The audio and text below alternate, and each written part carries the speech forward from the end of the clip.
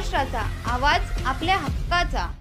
नवा आवाज Maharashtra news channel मध्ये आपले स्वागत आहे। तर पाहूया आजच्या महत्त्वाच्या काही घडामोडी। अंबरनाथ शिव मंदिर जवळील कैलास कॉलनी चौकात मुस्लिम दफनभूमीच्या मागणीसाठी मागील 10 दिवसापासून मुस्लिम समाज उल्हासनगर महापालिकेसमोर साखळी उपोषण करत आहे। या मागणीला शिवमंदिर पाटील पुजारी आणि हिंदू सकल समाजाच्या वतीने तीव्र विरोध दर्शवण्यात आलाय। आज प्राचीन शिवमंदिर या ठिकाणी हरिभक्त पारायण कोकण रत्न विश्वनाथ महाराज यांच्या उपस्थितीत स्वाक्षरी मोहिमेला सुरुवात झाली। दफनभूमी प्रस्ताव रद्द करून पर्यायी जागा उपलब्ध करून द्यावी। या ठिकाणी दोन समाजामध्ये तेढ निर्माण होण्याची शक्यता आहे। महाशिवरात्री आणि श्रावण महोत्सव निमित्त राज्यभरातून भाविक शिवमंदिर या ठिकाणी दर्शनासाठी येत असतात, त्यामुळे याचं पवित्र जपलं पाहिजे।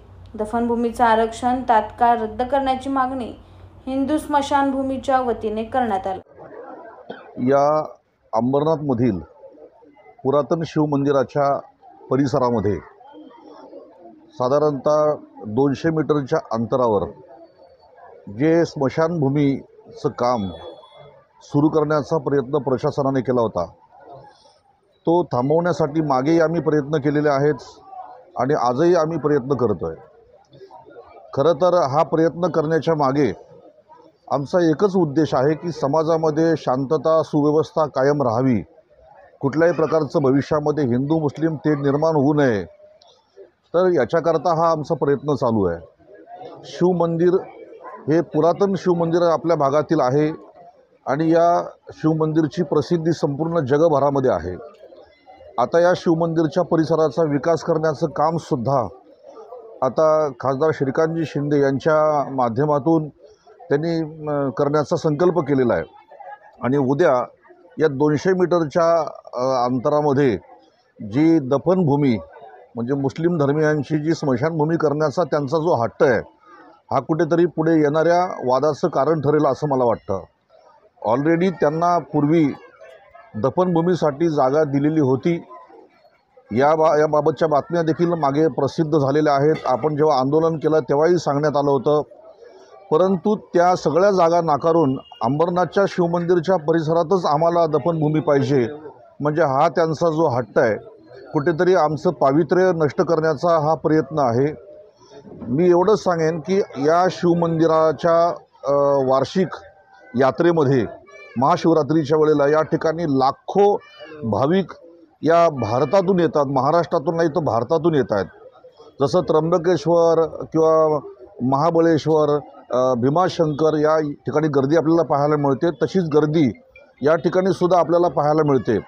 आणि त्या गर्दीच्या वेळेला जर समजा एखाद्या मुस्लिम बांधवाचं जर समजा प्रेत त्या ठिकाणी जर आलं, तर आल्यानंतर वास्तविक गर्दी हटवताना पोलिसांचीच त्या ठिकाणी किती परिस्थिती बिकट असते हे आपण बघताय। आणि त्या गर्दीतून जेव्हा ते स्मशानभूमीकडे जेव्हा प्रेत येतील तेव्हा ती काय परिस्थिती असेल।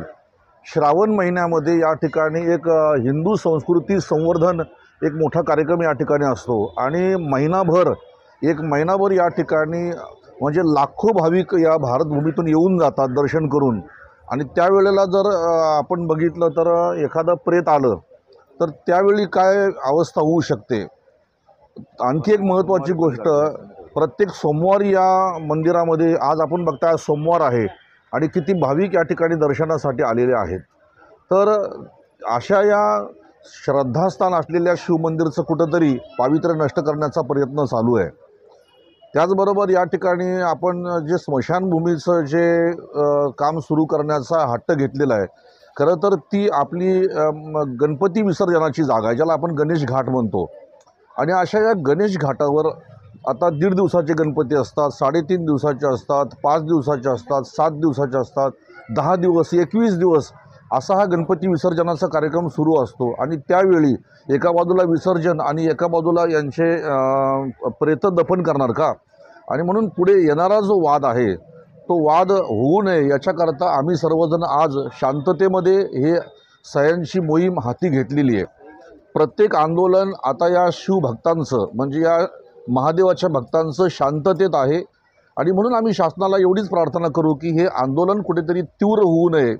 आम्ही प्रत्येक वेळी प्रशासनाला सहकार्य करणारी सर्व मंडळी आहोत, म्हणून हे आंदोलन शांततेमध्ये व्हावं याच्याकरता आज आम्ही ही सह्यांची मोहीम या ठिकाणी राबवलेली आहे. इस बड़े डिजिटल दुनिया में हर बिजनेस की एक कहानी है जो सुनाई जानी बाकी है.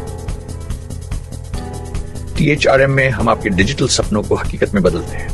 सोशल मीडिया से लेकर वेबसाइट्स तक, SEO से लेकर गूगल माई बिजनेस तक हम आपकी ऑनलाइन प्रेजेंस मैनेज करते हैं, वो भी ऐसे प्राइसेस में जो आपकी जेब पर भारी ना पड़े. उल्लासनगर से लेकर फोर्ट मुंबई तक हम आपके डिजिटल सफर में आपका साथ देंगे.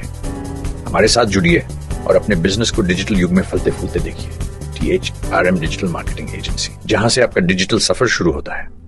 बातम्या पाहण्यासाठी चॅनलला सबस्क्राईब करा, बेल आयकॉनवर क्लिक करा आणि रहा सतत अपडेट. तुमच्या परिसरातील काही घडामोडी किंवा समस्या असतील तर आमच्या वृत्तवाहिनीला संपर्क करा आणि तसेच सतत अपडेट राहण्यासाठी आमच्या वृत्तवाहिनीला सबस्क्राईब करा आणि बेल आयकॉन दाबायला विसरू नका.